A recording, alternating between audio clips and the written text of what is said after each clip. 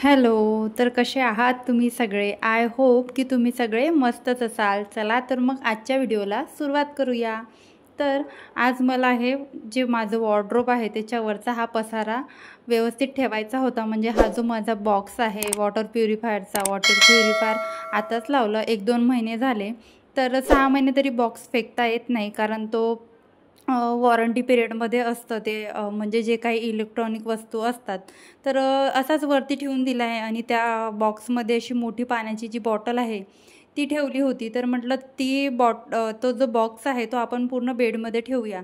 तसं बेड्सला जे स्टोरेज आहे ते सगळं पॅक झालं आहे, त्यामध्ये पण जागा नाही. पण म्हटलं आपण जर थोडा जरी पसारा इकडे तिकडे हलवला आणि थोडा जरी त्यामधला आपण जेव्हा आपण क्लिनिंगला घेतो तर काही वस्तू, बऱ्याचशा वस्तू अशा असतात ज्या आपण कधीतरी कामाला येईल म्हणून ठेवलेल्या असतात, पण त्या कधीच कामाला येत नाही आणि उगीच कचरा आणि कचऱ्यात भर पडल्या जाते. तर म्हटलं ते सुद्धा बघून घेऊया आणि फक्त आपण तिथे थोडीशी जागा करून तिथे आपलं हा बॉक्स ठेवून देऊया. तर तो बॉक्स ठेवायचाच होता. तर म्हटलं सगळं वरचं क्लीन करून घेते आणि बऱ्याचशा ताईंच्या कमेंट या कबड विषयी आहे. त्यांना पण कबड कसं आहे माझा आतमधून आणि कसं काय आहे सगळं त्यांना जाणून घ्यायचं आहे. तर तुम्ही कबडचा टूर पण एक घेऊन येईन, कसं ऑर्गनाईज केलं आहे आणि पूर्ण कसं आहे आतमधून वगैरे कशा प्रकारे त्यामध्ये फंक्शन्स आहे ते सगळं तुम्हाला एका व्हिडिओमध्ये मी डिटेलमध्ये सांगेल. आणि कपडे कसे ऑर्गनाईज केले आहे आणि किती कपडे मावतात तर ते सगळं मी त्यामध्ये कवर करेल. तर तुम्ही बघू शकता ह्या कबडवर किती सारं सामान माझं ठेवलं गेलं होतं. आणि सगळं जे आहे हे जे छोटे छोटे बॉक्स आहे कार्डबोर्डचे, तर त्यामध्ये मी दिवाळीचं डेकोरेशनचं ठेवलं आहे एका बॉक्समध्ये. आणि एका बॉक्समध्ये जे दिवे असतात आपण दिवाळीला लावतो ते दिवे ठेवले आहे. तर असे ते 2 बॉक्स आहे. आणि हा जो वॉटर प्युरिफायरचा एवढा मोठाच्या मोठा बॉक्स आहे तिथे एकदम अजिबात चांगला दिसत नाही. मला तर अशी फेकायची इच्छा होत आहे तो बॉक्स, पण काय करू ऑप्शन नाही. अजून 2-3 महिने तर त्याला वागवावंच लागणार आहे. तर ही जी बॅग आहे छोटी ट्रॉली बॅग, तर ती पण पुसून घेतली. त्याला पण असं पॉलिथिनमध्ये ठेवली असल्यामुळे वरून पॉलिथिन जरी पुसलं तरी बॅग वगैरे एवढी खराब होत नाही. तर ह्या बेडमध्येच मला एकच बेड आहे माझ्याकडे, बेडमध्ये ठेवायचं होतं. तर बेड ओपन केला तर काय खचाखच त्यामध्ये पसारा भरलेला होता, एक्स्ट्राच्या उशा वगैरे सगळं. आणि हा जो दिसतो आहे तुम्हाला तो मोठा हृदयाचा बाथ आहे. आणि आता तो बाथ काही मी काढत नाही. बाथरूममध्ये एक टब आहे ज्यामध्ये मी कपडे धुवायला त्यामध्येच घेते. त्यामध्येच हृदयाला आंघोळीला पण बसवते. म्हणजे नाही होत, छोटं जर घर असलं ना आणि छोटं जर बाथरूम असलं तर एवढ्या वस्तू ॲडजस्ट होत नाही. तर बघा एवढा आटापिटा केला आणि हा बॉक्स मोठा आहे आणि त्या स्टोरेजमध्ये काही मावतच नव्हता. तर सगळं मला तो बॉक्स काढून घ्यावं लागला आणि म्हटलं जाऊ द्या, आता तर आपण हे ओपन केलंच आहे तर इथचं पण जे काही सामान आहे ते व्यवस्थित ठेवून देऊया. पिशवीमध्ये पण हृदया जेव्हा छोटी होती तेव्हाच्या टोप्या वगैरे होत्या, त्या सगळ्या एका पिशवीमध्ये मी ठेवल्या होत्या. आणि बरंचसं माझं एक्स्ट्राचं जे सामान आहे ते होतं, माझ्या बांगड्या वगैरे ह्या सगळ्या वस्तू मी इथे ठेवल्या होत्या. तर हे सगळं बघून घेतलं आणि कोणत्या कामाच्या वस्तू आहे आणि कोणत्या नाही आहे त्यासुद्धा बघून घेतल्या. त्याचप्रमाणे हे जे माझं हेअर ड्रायर आहे हे सुद्धा मी बेडमध्येच ठेवलं, कारण कबर्डमध्ये कपडेच एवढे खचाखच भरलेले आहे की एक्स्ट्राचे जे काही वस्तू आहे किंवा इलेक्ट्रॉनिक्स ह्या छोट्या छोट्या वस्तू आहे तुम्ही बघू शकता. त्या टबमध्येच माझं पिंक कलरचं हेअर स्ट्रेटनर आहे, त्या टबमध्येच मी माझं हेअर कर्लर ठेवलं आहे. हेअर ड्रायर, हेअर कर्लर आणि हेअर स्ट्रेटनर तीनही मशीन माझ्याजवळ आहे आणि तीनही मी त्यामध्ये ठेवले आहे. आणि यूज तर होतच नाही. आणि जेव्हापासून आई झाली तेव्हापासून तर ह्या गोष्टींना हात पण लावल्या जात नाही. फक्त केस एकदाचे वरती टांगले की आपलं सगळे दिवस रात्र सगळ्या रुटीन तशाच, कारण वेळच मिळत नाही. तरी किती पण म्हटलं तरी स्वतःसाठी आपण वेळ देतो म्हटलं तरी आपण थोडाफार तरी दुर्लक्ष करतो आणि किती आपलं शॉर्टकट करू शकू त्याकडेच आपण लक्ष देतो. तर सगळं ठेवलं होतं. हे माझं हेअर कर्लर आहे. तर जसं मी थंबनेलमध्ये ॲड केलं आहे की माझ्या मिस्टरांचा विरोध होता की मी डेली व्लॉग बनवावं. तर त्यांचा यासाठी का विरोध होता ते मी तुम्हाला सांगत आहे.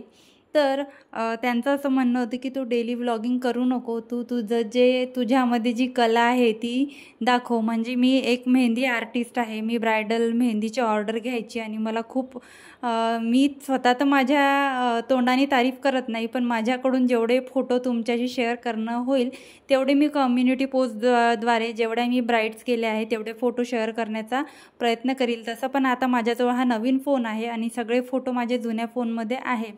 तर हो, मी एक मेहंदी आर्टिस्ट होती, लग्नाच्या आधीपर्यंत होती.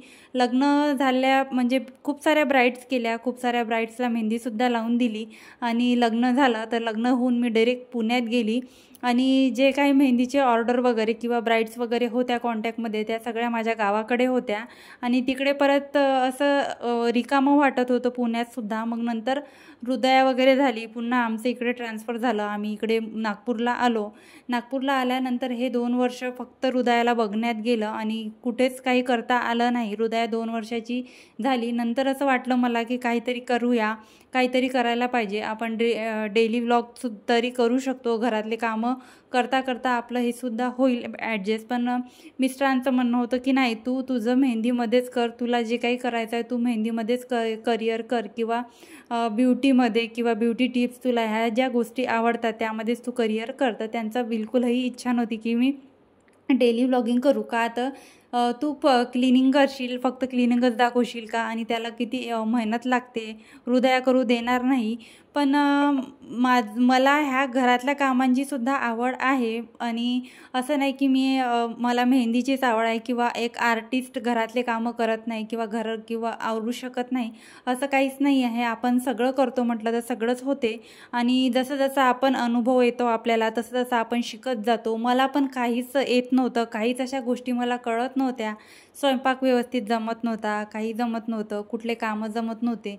तर ह्या सगळ्या गोष्टी म्हणजे सगळं मॅनेज करणं, सगळं ॲडजस्ट करणं, सगळं मी आताच शिकली आहे जेव्हापासून आई झाली. कारण आपण जेव्हा बॅचलर असतो तेव्हा आपण या गोष्टी अजिबात फेस करत नाही आणि जेव्हा आपलं लग्न होतं आणि जेव्हा आपल्याला बाळ वगैरे होतो तर सगळ्या जबाबदाऱ्या येतात आणि त्यामध्ये जर मी डेली व्लॉग करायचं ठरवलं तर मिस्टरांचं थोडंसं होतंच की तू दिवसभर कॅमेरा कुठे कुठे फिरवशील आणि मेहंदीचं जर करशील तर तुला फक्त पेपरवर मेहंदी ड्रॉ करायची राहील. हृदया झोपली तेव्हा तोपर्यंत तू मेहंदी ड्रॉ करायची आणि तेव्हा जर तू व्हॉइस ओव्हर केला तर तुला एडिटिंगचं पण काम पडणार नाही आणि तुला परत जास्त एफर्ट्स तुला घ्यावे लागणार नाही. तर असं त्यांचं म्हणणं होतं. तर मी मेहंदीचं चॅनल का सुरू नाही केलं ते तुम्हाला मी नेक्स्ट एखादी व्लॉगमध्ये सांगेल. पण आता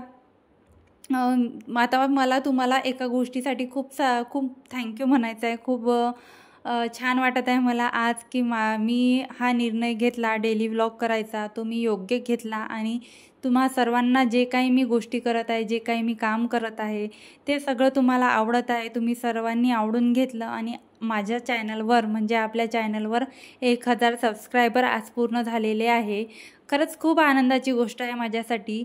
असं नाही की माझे व्हिडिओ फक्त तुम्हीच बघता, गृहिणीच बघत आहे किंवा ताई माझ्या मैत्रिणीच बघत आहे असं नाही. कारण आता रिसेंटली मला 1-2 कमेंट अशा आल्या किंवा एक दादा आहे ते माझे व्लॉग न चुकता बघतात आणि खरंच सखा भाऊ आपली एवढी दखल घेत नाही तेवढी त्यांनी माझी दखल घेतली. किती काम करते, घर एकटी सांभाळते का, थोडी इमोशनल झाली मी.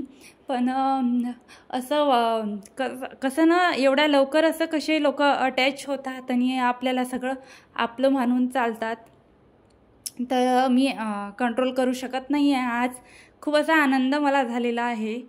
एवढा सगळा सपोर्ट तुम्ही मला करता, सगळं छान कमेंट करता, कशी मॅनेज करते वगैरे सगळं होऊन जाते. म्हणजे असं मोटिवेट होतो आपण कुठेतरी प्रत्येक गोष्टीमधून आणि प्रत्येक सिच्युएशनला फेस जेव्हा करतो तेव्हा आपण कुठेतरी मोटिवेट होत जातो आणि त्या मोटिवेशनमधूनच आपल्याला म्हणजे काम करायची प्रेरणा मिळते आणि काही म्हणजे नवीन शिकायला मिळते. आणि जे काही शेअर करते तुमच्यासोबत मी तर ते घरातलंच करते, नवीन काही माझ्याकडे शेअर करायला आहे नाही आणि तुम्ही आवडीने बघतात आणि कमेंट पण येतात मला की तुझे व्लॉग आम्ही न चुकता बघतो आणि तुझ्या व्लॉगची वाट बघत असतो.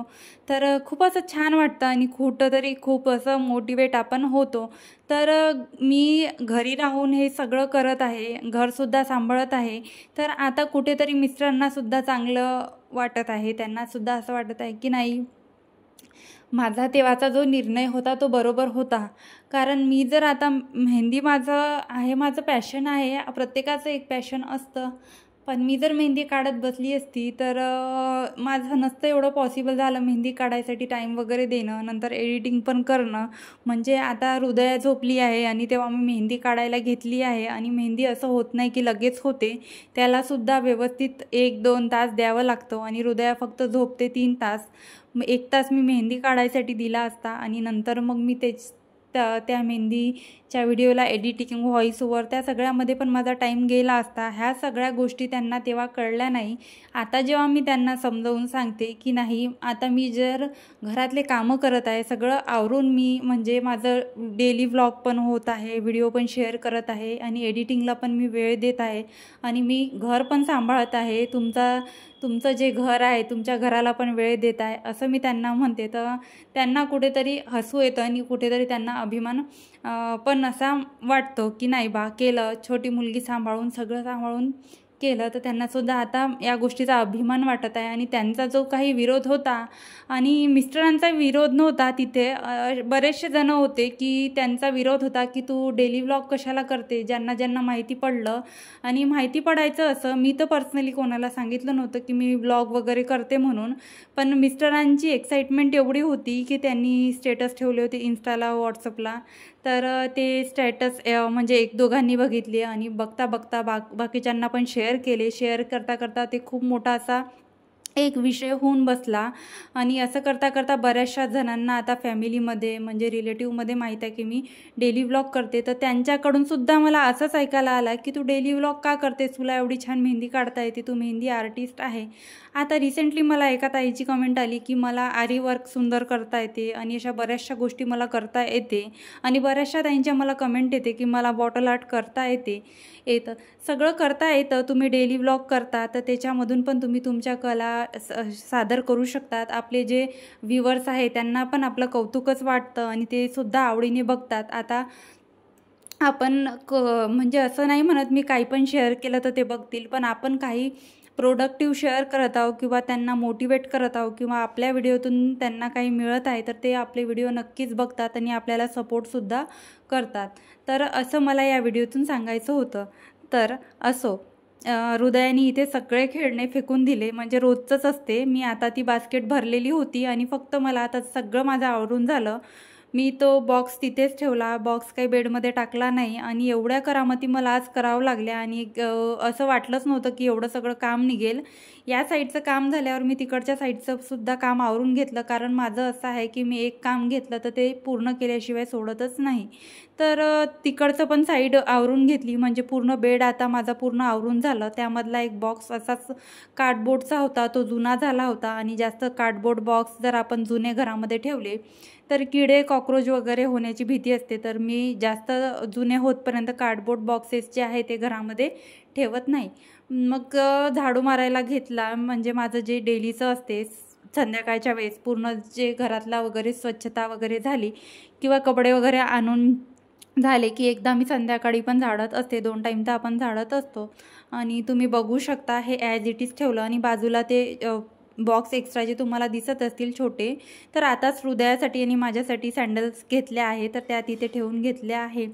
तर एवढी घराची स्वच्छता केल्यानंतर आपल्या फेसवर पण धूळ उडत असते आणि कुठेतरी आपण पण असं काळपट टॅनिंग झालेली आपल्या चेहऱ्यावर दिसत असते काम करून करून. म्हटलं चला थोडा आपण स्वतःला वेळ देऊया आणि वेळसुद्धा होता माझ्याकडे. 1 तास लागला मला सगळं करायसाठी.